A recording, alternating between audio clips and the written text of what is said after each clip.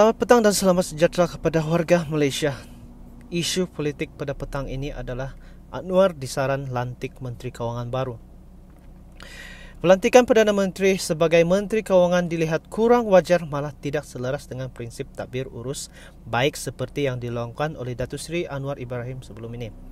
Ketua Pegawai Eksekutif Institut Demokrasi dan Hal Ehwal Ekonomi IDEAS iaitu Dr. Tresio berkata, Anwar sebelum ini dengan tegas mengisytiharkan perkara tersebut tidak seharusnya berlaku dan ia sebagai agenda teras kerajaan perpaduan. Menurutnya lagi, komitmen untuk mengasingkan portfolio tersebut juga telah dibuat dengan jelas menerusi manifesto pilihan raya Pakatan Harapan sebelum ini. Tegasnya, IDEAS sangat berharap agar prinsip peranan Perdana Menteri dan Menteri Kewangan menerusi individu yang sama kerana tiada pengawasan terhadap portfolio paling penting dalam kabinet kerajaan baru ini. Perkara ini seharusnya menjadi pengajaran apabila skandal rasuah One Malaysia Development Berhad 1MDB yang mana sebahagiannya dipermudahkan dengan membenarkan seorang individu memegang dua jawatan penting kabinet secara serentak.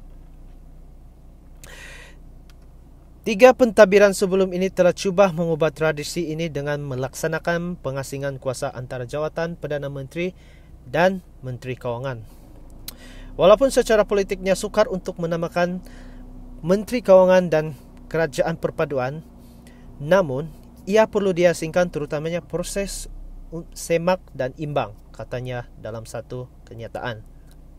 Sehubungan dengan itu katanya, IDEAS mencadangkan Perdana Menteri untuk berusaha dan komited mencari seorang Menteri Kewangan yang bersesuaian, iaitu seorang yang boleh melaksanakan urusan kerajaan secara tulus dan bertanggungjawab. Tambahnya lagi, Menteri Kewangan juga perlu mengawasi perubahan fiskal seperti melaksanakan akta tanggungjawab fiskal yang tergendala sejak sekian lama. Namun satu yang baik katanya, Perdana Menteri telah menunaikan sebahagian daripada janjinya semasa sidang media yang diadakan pada 24 November lalu untuk mewujudkan kabinet yang lebih kecil.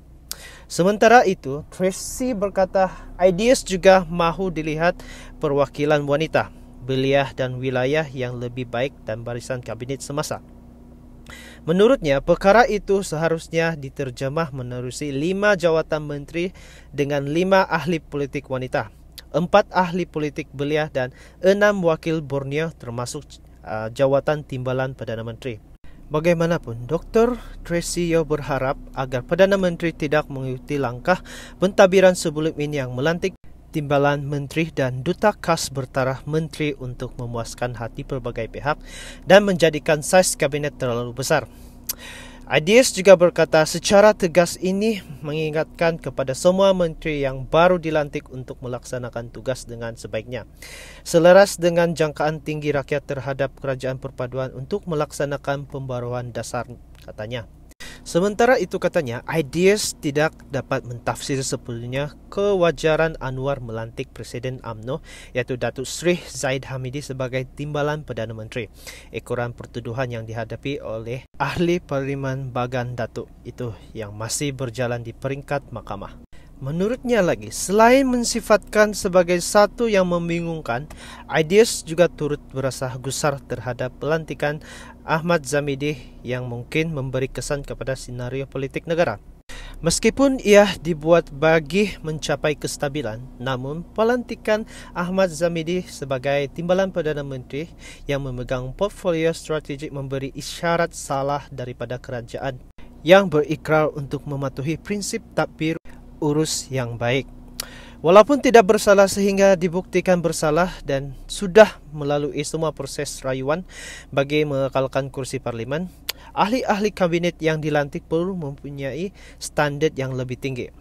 Hal ini penting untuk memastikan keyakinan dan kepercayaan orang ramai terhadap kerajaan.